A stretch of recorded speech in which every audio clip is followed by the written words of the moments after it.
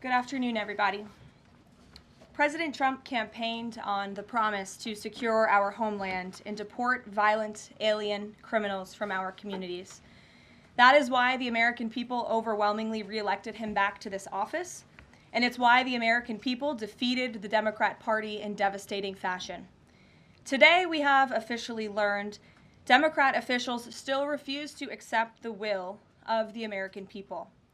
Maryland Democrat Senator Chris Van Hollen rushed to Dulles Airport this morning to fly to El Salvador, potentially using taxpayer dollars, to demand the release of deported, illegal, alien MS-13 terrorists.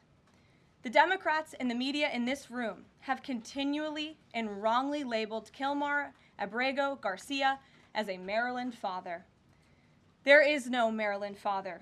Let me reiterate. Kilmar Abrego Garcia is an illegal alien, MS-13 gang member and foreign terrorist who was deported back to his home country. And when Kilmar Abrego Garcia was originally arrested, he was wearing a sweatshirt with rolls of money covering the ears, mouth, and eyes of presidents on various currency denominations. This is a known MS-13 gang symbol of hear no evil, speak no evil, see no evil. Abrego Garcia was also arrested with two other well-known members of the vicious MS-13 gang. And two separate judges found that Abrego Garcia was a member of MS-13, and that finding has never been disputed. And just this morning, it was revealed through Maryland court documents that Abrego Garcia's wife petitioned for an order of protection against him for two instances of domestic violence in May of 2021. And here is the order right here. The court ordered that the respondent committed the following acts of abuse. Once in May of 2021, assault in any degree. And on May 4th of 2021, he punched and scratched his wife, ripped off her shirt, and grabbed and bruised her. This is from a court in Maryland. So not only are Democrats rushing to defend an illegal criminal foreign terrorist gang member, but also an apparent woman beater.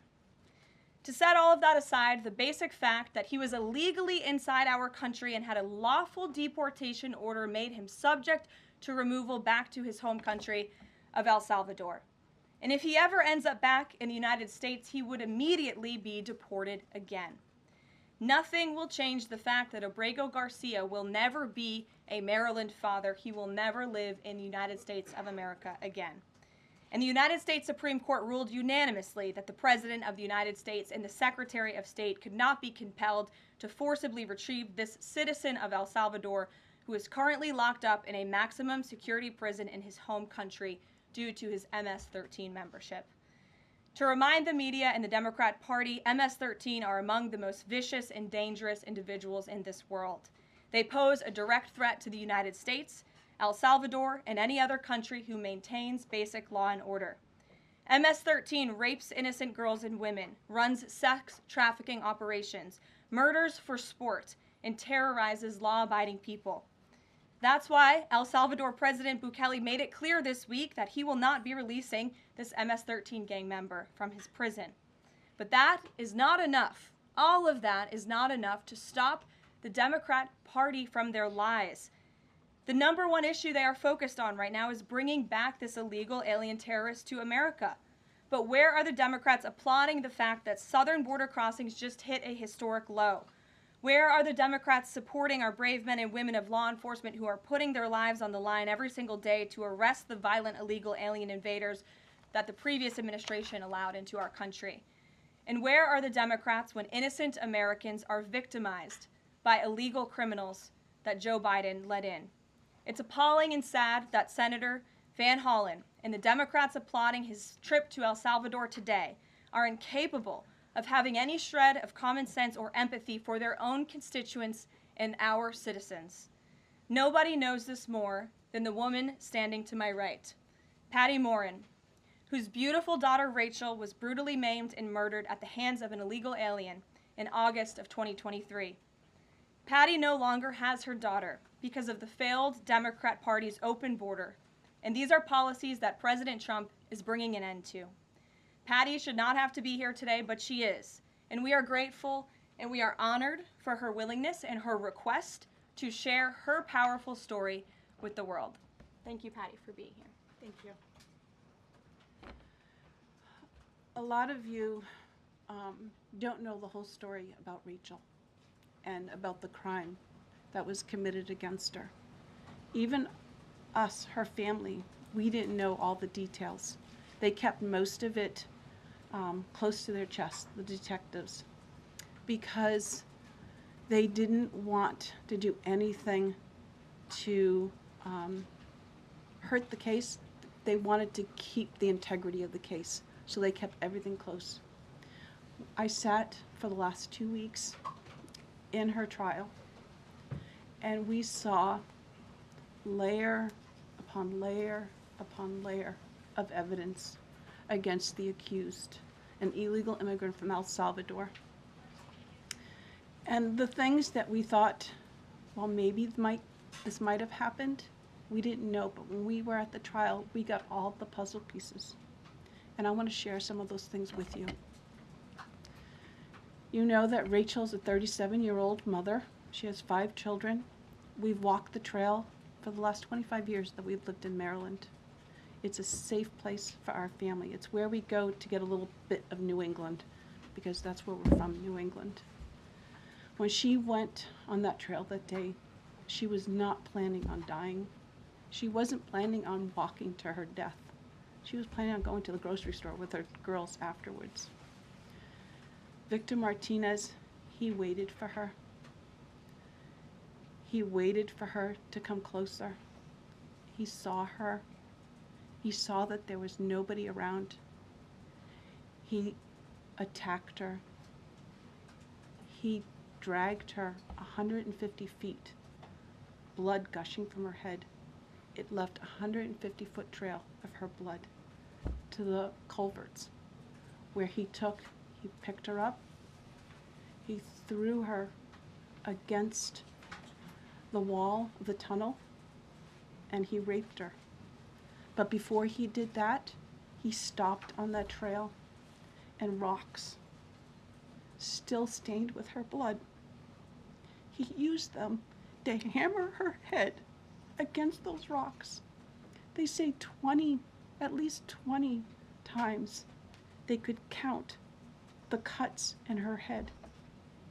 They said that when they did the autopsy, and I've seen the pictures, there's a 6-inch square in the back of her head where the skull is shattered the way that you would crush an eggshell in pieces. 3/4 of her brain hemorrhaged. Her right and left side of her face bashed in. Her beautiful face bashed in. Her head bashed in. Broken bones, fractures. He takes and he drags her some more. He drags her through the thorn bushes. She has all the scrapes and cuts on her body.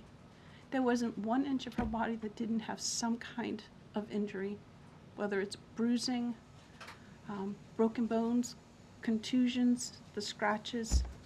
She had a fractured rib, fractured nose, fractured skull. And then he takes her into the tunnel, and he picks her up. He throws her against the wall. Blood is gushing from her head. Her hair is soaked in blood. And they showed us pictures of her body against the wall, outlined. The blood outlined her body. And you could see where the blood ran down around her as he was raping her. And then he threw her down and raped her some more. And then he strangled her because he didn't want her to be able to live to tell the story. They said that when they did the autopsy on her neck, that one of the things they do is they open up the neck and they look to see how far the injury is. And they went all the way down as far as an injury is possible, hemorrhaging in the muscles, because of how strong and violent the group was around her. These are the kind of people that have no compulsion. Like, to them, this is nothing. And when he was sitting in the courtroom, he actually looked like he thought he was going to be set free. There was no remorse on his face at all. This person took my daughter so violently and so gruesomely and so graphically that they sealed the pictures, because I don't want my granddaughters to see these pictures. These are the kind of criminals President Trump wants to remove from our country. These are the kind of criminals that we need to remove from our country. We are American citizens. Why should we allow people like this, violent criminals that have no conscience at all, to murder our mothers, our sisters, our daughters? I don't understand why there's even any kind of problem with this. And it's not that it's political, like the left or the right, although I understand different parties have used it in the past. But we have to look at it as we are American citizens. We need to protect our families, our borders, our children. I don't care about politics. Well, I do, but I want to preserve life. And that's the only reason why I have taken and spoken about Rachel all this time. If you're a mother here in the room, can you imagine standing there alive? You're alive, and someone comes and puts their hands into your chest and rips out your heart? That's what it feels like. It feels like a part of you is being ripped out of you. You can't even describe the pain. Just like you can't describe to your husband what it feels like to carry a baby in your womb, or to feel those first kicks, or to know just intuitively if it's a boy or a girl. It's only a thing that a mother knows. Why are we not protecting the American citizens? It's just common sense. Why are we not protecting our children? And to have a senator from Maryland who didn't even acknowledge or barely acknowledged my daughter and the brutal death that she endured, leaving her 5 children without a mother and now a grandbaby without a grandmother, so that he can use my taxpayer money to fly to El Salvador to bring back someone that's not even an American citizen. Why does that person have more right than I do, or my daughter, or my grandchildren?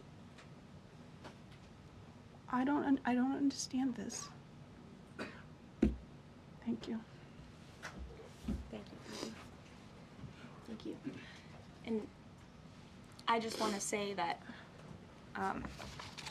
as a mother and as an American citizen, the president and our entire team, and I hope people in this room are grateful for your willingness to come here and your request to share your daughter's story. And I think the country hears you loud and clear. So thank you. Does anyone have any questions for Patty or for me? No? I have a question. No? Anybody? Okay. We'll see you all later. The president will be at his dinner later this evening. Thank you. Thank you for being here, Ms. Moore. Thank you. Thank you. Please, Thank so you. sorry for your sorry for your loss. Thank you. Please tell the truth. Tell the truth. Yeah. Tell like how violent it really is. This is about protecting our children. It's more than just politics or votes or just anything. It's about national security, protecting Americans, protecting our children. Thank you. And thank you for listening. God bless you. Thank you.